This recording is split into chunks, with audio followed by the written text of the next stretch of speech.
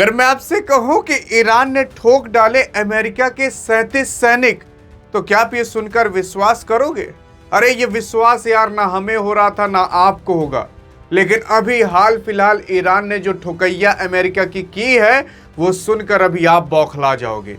और अभी जो ट्रंप के साथ नाटो कंट्री और बाकी अन्य कंट्रियां मिलकर किए हैं वो भी सुनकर आप चौंक जाओगे। और उसके बाद जो ईरान ने भी हाल फिलहाल ऐलान किया है वो तो सुनकर आप बेहोशी होने वाले हो। अरे हाँ, क्योंकि अगर आप देखने की कोशिश करोगे तो अमेरिका ने कह दिया है कि अब भाई साहब कुछ नहीं बचा रहा। ये जो नाटो हमने बनाया था, अन्य चीजें बनाई थी जिनके लिए हम बिलियंस ऑफ डॉलर्स खर्च करते थे, आज वो हमारे किसी काम के नहीं है। क्या हम ही उनके हमेशा काम आएंगे कि वो भी हमारे कभी काम आएंगे? इस तरीके से ट्रंप ने कह दिया और ट्रंप के जो बड़े बड़े मंत्री थे उन लोगों ने भी ये बयान दे दिया है। क्योंकि अगर आप ये देखने की कोशिश करोगे तो ईरान ने भी हाल फिलहाल ये अनाउंसमेंट बहुत बड़ी कर दी थी कि अगर अब ईरान का कोई भी बड़ा अधिकारी मारा गया, जैसे ईरान के विदेश मंत्री, ईरान के खैमनाई, ईरान के बड़े बड़े लोग मार दिए जा चुके थे, लेकिन अब ईरान ने फाइनली कह दिया है कि ये ट्रंप सुन ले, अगर तूने एक भी अधिकारी को अब मारा तो जानते हो क्या होगा? अरे तो ये जो आप यूट्यूब, फेसबुक, अन्य चीजें चलाते हो ना, कुछ नहीं चल पाएगा। ईरान ने कह दिया है पूरी की पूरी लिस्ट लगाकर, इसके बाद और किसी चीज पर हमला नहीं बल्कि इनके डाटा सेंटर पर हमला होगा, इनके कंपनियों पर हमला होगा। अरे कौन सी कंपनी जान रहे हो? अरे Google, Facebook, Microsoft, Apple, Tesla, इन सब कंपनियों पर अब अटैक करने का ईरान मूड बना रहा है। और इसी वजह से जब ईरान ने ऐसा कहा तो ट्रंप ने भाई साहब तुरंत हाथ खड़े कर दिए और ट्रंप कहता है कि बस ज़्यादा से ज़्यादा 2 वीक, हम 2 वीक के अंदर निकल जाएंगे इस युद्ध से। क्योंकि अब इसको पता चल जा चुका है, क्योंकि अब भाई साहब कंपनियां डूबेंगी, वो भी अरबों खरबों की कंपनियां डूबेंगी, ट्रिलियंस ऑफ डॉलर चले जाएंगे अगर ऐसा ईरान कर देता है तो। और अमेरिका फिर सड़क पर आ जाएगा। क्योंकि अगर आप ये देखने की कोशिश करोगे तो ईरान जानते हो किस चीज़ का इस्तेमाल कर रहा है? अभी हाल फिलहाल सभी सोशल मीडिया कहाँ के हैं? अमेरिका के हैं। और उसी के ही साथ साथ चाहे आप यूट्यूब, फेसबुक, कोई भी सोशल मीडिया ले लो, सब आपको अमेरिका का दिखेगा। लेकिन एक ऐप ऐसा है जो कि अमेरिका का नहीं है और उसका नाम है टेलीग्राम। और उस टेलीग्राम का इस्तेमाल कर रहा है अभी ईरान। हाँ जी हाँ, जिसकी वजह से ईरान की जो भी जानकारी है वो पता नहीं चल पा रही है।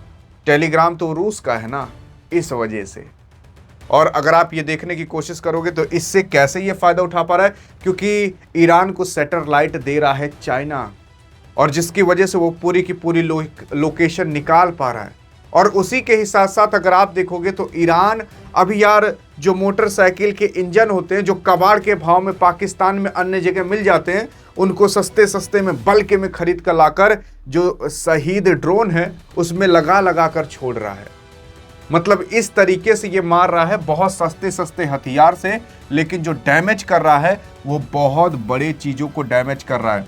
और ये इतनी बड़ी चीज़ें डैमेज हो रही हैं कि अमेरिका का यार बिलियंस ऑफ डॉलर्स एक बार में खर्च हो जा रहे हैं। और इसी वजह से अब ट्रंप को होश आ चुका है कि अगर इसी तरीके से नुकसान होता रहा तो हम कंगाल हो जाएंगे।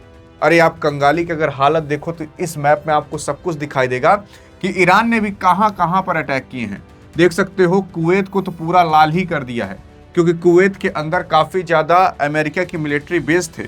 उसी के साथ साथ इजराइल को पूरा लाल कर दिया जहां जहां अटैक किया है। जॉर्डन में एक हमला किया था, लेकिन वो हमला इतना सटीक था कि इनका पूरा पूरा थर्ड रडार सिस्टम उड़ा दिया था, जो 7-8 हजार करोड़ का आता है। सऊदी अरब ने भी अब हाथ खड़े कर दिए, कह रहे हैं कि ईरान हमारे ऊपर यार अटैक मत करो, अब हम कुछ नहीं करेंगे, हम इनको सैन्य अड्डा उड्डा धीरे धीरे इनसे हम मुंह मोड़ रहे हैं। देखो यार, यहाँ पर ना अमेरिका को आने का कोई मतलब नहीं था। ये युद्ध जानते हो किसके बीच था? इजराइल और ईरान के बीच।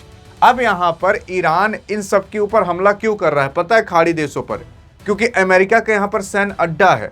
अगर अमेरिका यहाँ पर लड़ने ना आया होता तो ईरान इन सब देशों पर हमला भी ना करता, क्योंकि अमेरिका से तब इसकी लड़ाई थी ही नहीं।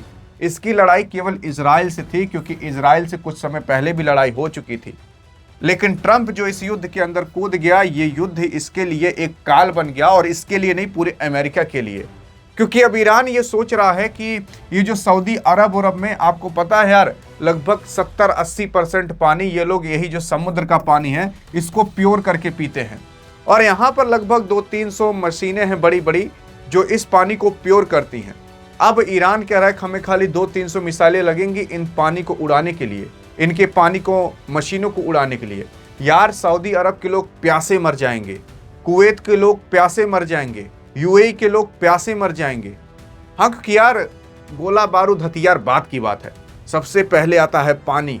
खाना भी ना हो तब भी आदमी 2-3 दिन तक तो जिंदा रह लेगा, पानी के बिना कौन रह पाएगा यार। पानी तो हर घंटे 2-3 घंटे पर चाहिए, और इस गर्मी में आप सोच ही सकते हो कितनी पानी की जरूरत है। लेकिन अब यही सब चीजें जब ट्रंप को पता चली तो ट्रंप अब सोच लिया है कि अब इस युद्ध से हम निकल ही जाते हैं, क्योंकि अब सऊदी अरब ने भी कहा है कि अब हम भी मुंह मोड़ सकते हैं ट्रंप से और कह देंगे कि आप निकलिए यहां से, नहीं तो हम कंगाल हो जाएंगे हम तो। क्योंकि जितना डेवलपमेंट सऊदी अरब किए थे भाई साहब ना, अब उनको वहां तक पहुंचने में भी काफी साल लग जाएंगे, क्योंकि उनकी जो रिफाइनरी और बाकी अन्य चीजें अभी ब्लास्ट हो चुकी हैं, उसको देखकर तो नहीं लगता कि इतने जल्दी ये लोग अब वापस वहां पहुंच भी पाएंगे। यहां तक कि जो कतर है उसने तो पूरी तरीके से मुंह मोड़ लिया है। कतर ने ईरान से कह दिया, हे ईरान तुम यार हम पर अटैक मत करो, हम अमेरिका को मना कर देंगे तो हमारे देश में मत आओ। इसी वजह से भी कतर पर अटैक नहीं कर रहा है। तो कतर ने सबसे पहले माफी मांग ली। और अगर आपको विश्वास ना हो रहा हो तो देख लो, F-35 जहाज को भी मारकर गिरा दिया गया। पहले ऐसा लगता था कि अमेरिका के पास F-35 जहाज है, दुनिया का कोई भी चीज इसे देख नहीं सकता। अरे ईरान मार कर गिरा दे रहा है। ईरान जानते हो वो रडार उस तरीके का नहीं इस्तेमाल कर रहा, बल्कि ईरान क्या इस्तेमाल कर रहा है पता है? कुछ ऐसी टेक्नोलॉजी इस्तेमाल कर रहा है जिससे वो हीट को पकड़ ले। अब चाहे रडार में आए चाहे ना आए, लेकिन ईरान के पास ऐसी मिसाइलें हैं जो इस तरीके से सीधी नहीं जाती, वो इस तरीके से तिरछी उर्छी होकर जाती हैं, जिसकी वजह से ईरान की मिसाइलों को रडार में पकड़ना बहुत मुश्किल हो जाता है। पकड़ भी लोगे तो उसे आप इंटरसेप्ट नहीं कर पाओगे। और वो सब मिसाइलें जो रहती हैं वो हीट को देखती हैं। जैसे ये फाइटर जेट है, उसके पीछे से हीट निकलती है तो उस हीट को जाकर मार देती है, फाइटर जेट मारकर गिर गया। ऐसे ही कई सारे बड़े बड़े जो विमान थे उसको मारकर गिरा दिया है। ये सब 1-1 हजार 2-2 हजार करोड़ के आते हैं। इस तरीके से नुकसान हो रहा। अब सुनिए मेन बात, यहां पर जो नाटो है उस नाटो ने कह दिया है कि हम अमेरिका का साथ नहीं देंगे। ब्रिटेन ने तो ये कह दिया है कि हम अमेरिका को अपना सैन्य अड्डा ही नहीं इस्तेमाल करने देंगे। इटली ने भी कुछ इस तरीके से कह दिया है कि ये जो लड़ाई है ट्रंप की है वो खुद लड़े, हम इसमें नहीं आएंगे। अब जॉर्जिया मेलोनी आपको पता ही है, अपनी बातों से बहुत ज़्यादा जानी जाती हैं और एक लोगों की वजह से और भी जानी जाती हैं। बताइए कौन है वो। लेकिन हाँ, जानना हो तो डिस्क्रिप्शन व्हाट्सअप चैनल का लिंक है, वहाँ पर भी जाकर फॉलो कर सकते हो और भी आपको जानकारी मिलेगी। लेकिन यहाँ पर अगर आप देखोगे तो फ्रांस ने भी कुछ दिन पहले कहा था कि हम मदद करेंगे ट्रंप की, 1-8 नाव भेज देंगे। लेकिन अब फ्रांस ने पूरी तरीके से मुंह मोड़ लिया है। उसी के साथ साथ कई अन्य देश और हैं जिसने मुंह मोड़ लिया है। ब्राजील ने भी मुंह मोड़ लिया है। अब ये सब ना नाटो के पार्ट हैं और नाटो की कंट्री एक सिंगल कंट्री नहीं उठ के आ रही जो ट्रंप का साथ दे। अब ट्रंप कह रहा है अरे नाटो क्या इसीलिए बना था, हम नाटो की हमेशा मदद करें, नाटो हमारा कभी मदद नहीं करेगा। असल में नाटो में टोटल 32 देश हैं और इनका नियम यह है कि अगर इन 32 देशों पर कोई भी बाहरी देश वाला आकर हमला करता है तो ये 32 देश मिलकर मारेंगे। लेकिन यूएस के साथ कोई नहीं आ रहा। मैं आपको बताऊं, यूएस ही ऐसा देश है जो इस पूरे के नाटो के अंदर सबसे ज्यादा फंड करता है। अरे यार कई बिलियंस ऑफ डॉलर फंड करता है। आप ऐसा मानिए, मतलब मान लेते हैं कि अगर 100 रुपये इस नाटो कंट्री मिलाकर अपने डिफेंस में लगा रही है तो उसमें 60-70 रुपये अकेले अमेरिका लगाता है और बाकी सब लोग छुर्री भुर्री मिलकर लगाते हैं ताकि इन लोग की रक्षा हो सके। लेकिन यार इसका नियम तो ये भी था कि अगर कोई बाहरी देश आकर हमला करे, अब अगर आप हमेशा टांग अड़ाए रहोगे, चलो इस युद्ध में लड़ लेते हैं, उस युद्ध में लड़ लेते हैं, तो क्या कोई साथ देने आएगा? दूसरे लोगों को भी अपनी जान प्यारी है, क्योंकि अगर इस युद्ध के अंदर कोई दूसरा देश उतरा तो जान जाइए फिर वर्ल्ड वॉर होने में टाइम नहीं लगेगा। क्योंकि अगर इधर से फ्रांस उतरेगा तो उधर से रूस उतर जाएगा, इधर से जर्मनी उतरा तो उधर से चीन उतर जाएगा। और वो लोग उतरेंगे नहीं, तब चीन ताइवान पर अटैक कर देगा, रशिया यूक्रेन पर अटैक कर देगा, वो भी ताबड़तोड़ वाला। तो एक ही समय पर कई अन्य जगह युद्ध चालू हो जाएंगे और उसी में भारत भी पीओके को ले लेगा। तो ये युद्ध अगर बढ़ा तो आपको कुछ इस तरीके से दिखाई दे सकता है कि लोग ईरान के युद्ध के अंदर नहीं कूदेंगे, बल्कि उन लोग को जो चाहिए उस पर कूद जाएंगे। जैसे चाइना को ताइवान चाहिए, रूस को यूक्रेन चाहिए और भारत को पीओके चाहिए। अब यहाँ पर जो ट्रंप है उसके लोग पुतले ऐसे गुड्डा उड्डा बनाकर खेल रहे हैं, बेइज्जती कर रहे हैं, और करनी भी चाहिए। यहाँ पर थर्ड रडार सिस्टम उड़ा दिए गए, छोटे छोटे ड्रोन्स उड़ा दिए गए, यहाँ तक कि जो ट्रंप का बड़ा सा बड़ा जो भी एयरक्राफ्ट रहता था, अब्राहम लिंकन, उन सब को पीछे भेज दिया गया है। क्योंकि अगर मैं आपसे कहूँ कि भाई साहब जो आपका ईरान है, अभी तक वो अपनी हाइपरसोनिक मिसाइल निकाल ही नहीं रहा है, पता है आपको? क्योंकि ईरान का मेन उद्देश्य ये है कि पहले इनके रडार सिस्टम को खत्म कर दो। अभी ईरान ने यार बड़े हमले किए नहीं, मैं आपको रियल बता रहा हूं।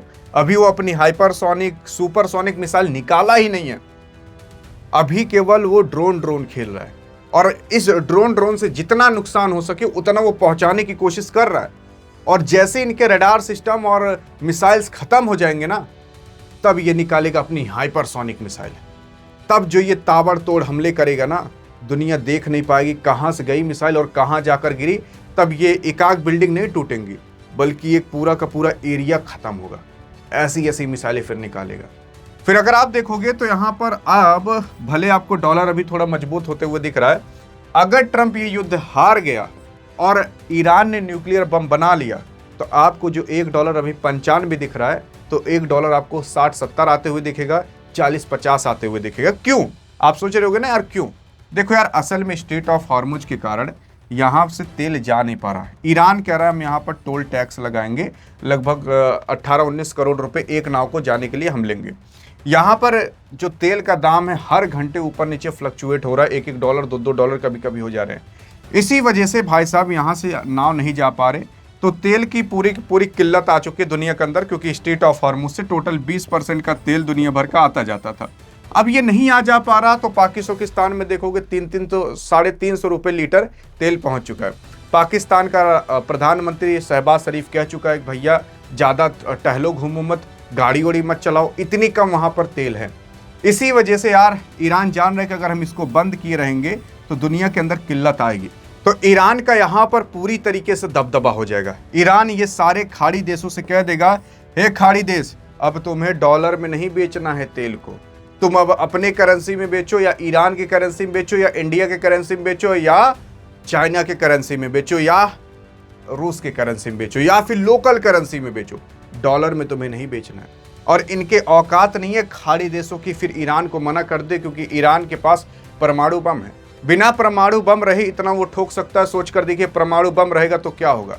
अरे परमाणु बम का मतलब यही है कि आपके हाथ में मिसाइल हो और सामने कुछ ना हो, तो आप सामने वाले से कहोगे कि उठक बैठक लगा, तो उसके औकात नहीं है कि आपकी बात मना कर दे। वैसी सेम कंडीशन यहाँ पर हो जाएगी। ईरान के पास परमाणु बम आ गया, तो यहाँ खाड़ी देशों से अगर वो कह दिया तो इनकी औकात नहीं कि मना कर दे साहब की बात। वैसे ही इनको फिर डॉलर में तेल बेचने से रोकेगा ईरान।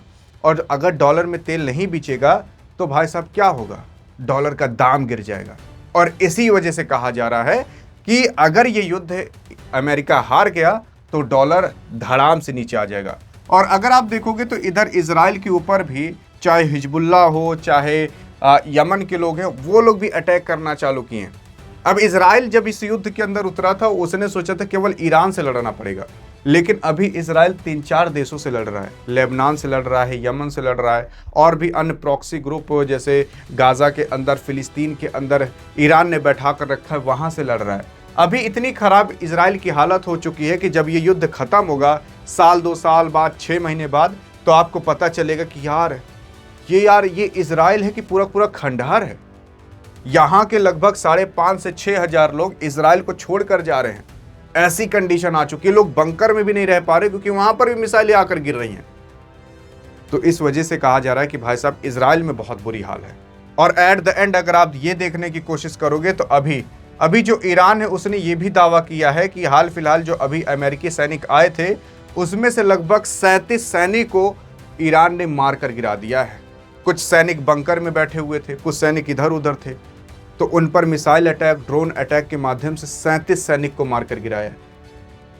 सोचकर देखिए, अमेरिका के सैनिक, पहले कभी एक अमेरिका का सैनिक मार उठता था ना, तो अमेरिका घर में घुसकर मतलब हेकड़ी निकाल कर चला आता था। आज वही अमेरिका वहां पर भाई साहब कुछ कर नहीं पा रहा। अभी ट्रंप ने कह दिया कि हमें स्ट्रेट ऑफ हॉर्मुज से कोई मतलब नहीं है, हम 2 हफ्ते के अंदर वहां से हट जाएंगे और जो होगा वहां आप लोग देख लीजिएगा। लेकिन आप सोच रहे होंगे कि इतना सब कुछ होने के बाद क्या अब ट्रंप इस नाटो को रहने देगा? तो अगर इसके बारे में जानना हो तो इस वीडियो में मिलते हैं। तब तक के लिए जय हिंद, जय भारत।